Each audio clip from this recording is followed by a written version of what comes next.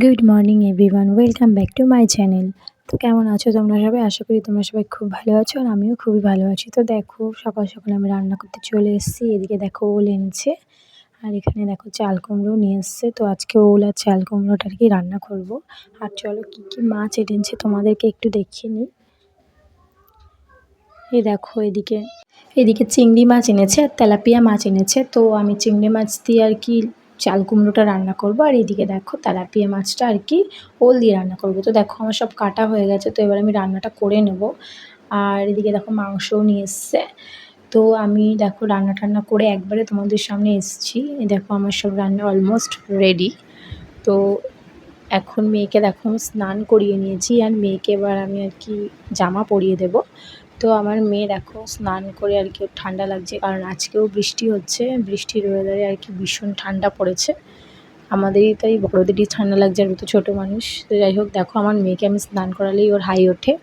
এবার ওকে আর কি খাইয়ে দাইয়ে আর কি ঘুম পাড়িয়ে দেবো আমি। তো আমাকে বলছিল, মা ভিডিওটা বন্ধ করো। আসলে ও একদমই ক্যামেরার সামনে আসতে চায় না, তা আমি জোর করে আর কি ক্যামেরাটার সামনে রেখেছিলাম। আর তোমাদেরকে বলি, আমার গলার ভয়েসটা এখনও ঠিক হয়নি, কারণ আমার গলাটা পুরো বসে আছে আর কথা বলতে প্রচণ্ড কষ্ট হচ্ছে। এমনি শরীরটা একটু খারাপ, তার জন্য আমি ভিডিও সেরকমভাবে আমি শ্যুট করতে পারছি না যে তোমাদের সাথে শেয়ার করব। যেমন পারছি আমি তোমাদের সাথে শেয়ার করছি। তো প্লিজ তোমরা একটু মানিয়ে নিও। আর যদি কোনো ভুল ত্রুটি থাকে তো আমাকে প্লিজ জানিও। আর আমার শরীর ঠিক হওয়ার পরে আমি আবার ভালো করে ভিডিও দেবো তোমাদের সামনে। তো চলো এবার আমি মেয়ের মাথাটা আঁচড়ে দেবো। মেয়ের মাথাটা আঁচড়ে দিয়ে আমি ওকে আর কি খাইয়ে নেব। তোমাদের ওখানে কার কার ওখানে বৃষ্টি হচ্ছে তো আমাকে কমেন্টে জানিও। আমাদের এখানে তো মানে অনবরত বৃষ্টি হচ্ছে আজকে 2-3 দিন ধরে। আর সকালে তো প্রচণ্ড বৃষ্টি হয়েছে, আর সেজন্য আর কি জলও জমে গেছে বাড়ির সামনে। আর এইদিকে দেখো আমার মেয়েকে আমি রেডি করিয়ে দিয়েছি। আর ও দেখো টাটা দিচ্ছে আর বলছে এখন খেতে যাব। তোমাদেরকেও আর কি দেখাচ্ছে দেখো। তো যাই হোক চলো ওকে আমি খাইয়ে নিই। আর এদিকে দেখো আমি ওকে বকা দিচ্ছি, আমার দিকে তাকিয়ে আছে। তো দেখো শাশুড়ির স্কুল থেকে আর কি বিরিয়ানি দিয়েছিলো, তো শাশুড়ি সেটা বাড়িতে নিয়ে এসেছে। দেখো আমি দুপুরে বিরিয়ানিটাই খেয়েছিলাম। আর এই সন্ধ্যাবেলা দেখো আমরা আর কি রাস্তায় এসেছি, তো এই ঠাকুর দেখে আমার মেয়ে আবার একটু প্রণাম করে নিচ্ছে।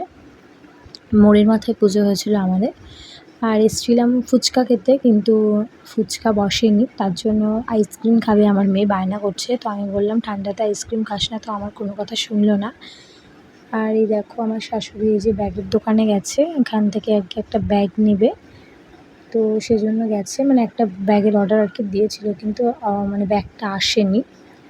তো যাই হোক দেখো তারপর লাস্টে আর কি মেয়েকে আইসক্রিমটা কিনে দিলাম। মেয়ে আইসক্রিম খেয়ে তারপর আর কি আস্তে আস্তে আমরা বাড়ি আসছি। তো আমার শাশুড়ি বললো যে আমি একটু পরে গিয়ে অন্য কোথা থেকে ফুচকা নিয়ে আসবো। তো মেয়েকে নিয়ে তো আর অত দূর যাওয়া যায় না, তো সেই জন্য আমরা দুজনে আর কি বাড়িতে চলে আসলাম।